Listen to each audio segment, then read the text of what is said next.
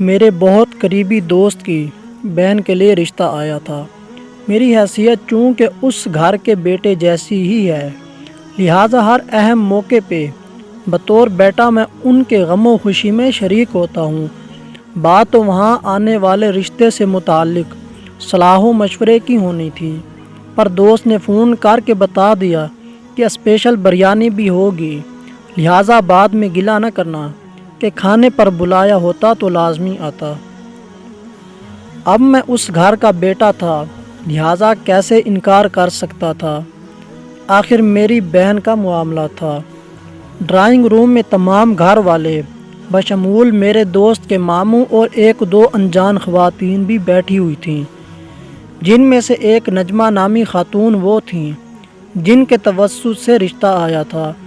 لڑکے والوں کے خاندان پہ بات چل ہی رہی تھی کہ نجمہ صاحبہ بھرپور جوش بھری آواز میں بولیں، ارے میں تو آپ کی بیٹی کو اپنی بیٹی سمجھ کر کہہ رہی ہوں کہ ذرا دیر نہ لگائیں، ایسے لڑکے کا رشتہ نصیبوں سے ملتا ہے، ٹھیک کماتا ہے اور ہے بھی ایک ہی، بھائی بہنوں کی ٹینشن بھی نہ ہوگی، اور سب سے مزے کی بات یہ کہ لڑکے کی ماں بھی مر چکی ہے اور باپ بھی سمجھو آخری سانسیں لے رہا ہے۔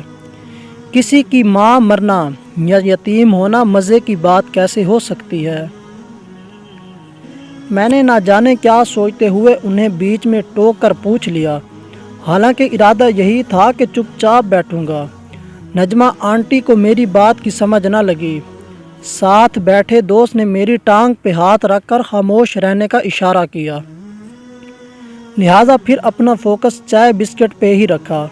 بعد میں جو بھی بات ہوئی مجھے اس کی ککھ سمجھ نہیں لگ رہی تھی کہ میرا دھیان اس ظالم سنگ دل محفل سے اکتا چکا تھا۔ کھانے کے بعد میں اور میرا دوست باہر نکل گئے تو گیٹ پہ آنٹی نے پوچھا کہ تمہیں یہ رشتہ کیسے لگا؟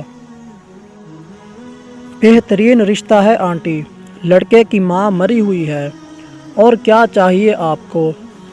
باپ بھی مر جائے گا تو سمجھو مزے ہی مزے ہیں۔ یہ بات میں نے ہر ممکن حد تک طنز بھرے لہجے میں کہی تھی، پر آنٹی جی اتنا اچھا رشتہ ملنے پہ اتنی زیادہ خوش تھیں کہ انہیں سمجھ ہی نہ لگی۔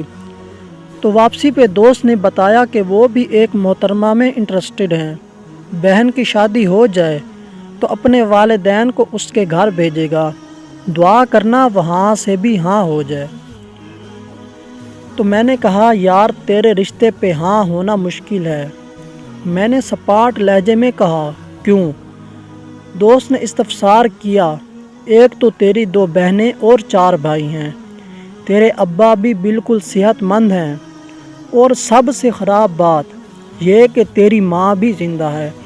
اب ایسی خراب فیملی میں کوئی کیوں اپنی بہن بیٹی بیاہے گا؟ دوست کو سمجھ لگ گئی تھی کہ میرا دماغ اب تک نجمہ صاحبہ کے اس گھٹیا جملے اور تمام فیملی کے اس پہ خاموش رہنے پہ تپا ہوا ہے، لہٰذا دوست خاموش ہی رہا۔ اس بات کو 24 گھنٹے گزر چکے ہیں، پر میں اب تک اس گھٹیا جملے کے زہریلے اثر سے نہیں نکل پایا ہوں۔ لعنت ہو رشتے کے اس معیار پہ جہاں کسی کی ماں کا مرنا اچھی بات کہلایا جائے۔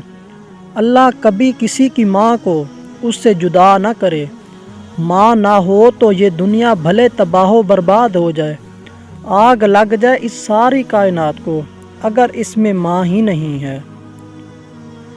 ہر جگہ ہم لڑکے والوں کو ولن بنا کر پیش کرتے ہیں کہ وہ لڑکی کی رنگت اور جہیز بابت بات کرتے ہیں، پر کیا کبھی لڑکی والوں نے سوچا کہ ہر رشتے پہ پہلے لڑکے کی بہنوں کا نہ ہونا اور ماں کا مرا ہوا ہونا، جو انہیں پلس پوائنٹ لگتا ہے، در حقیقت کتنا گھٹیا اور انسانیت پہ لعنت کے مترادف ہے؟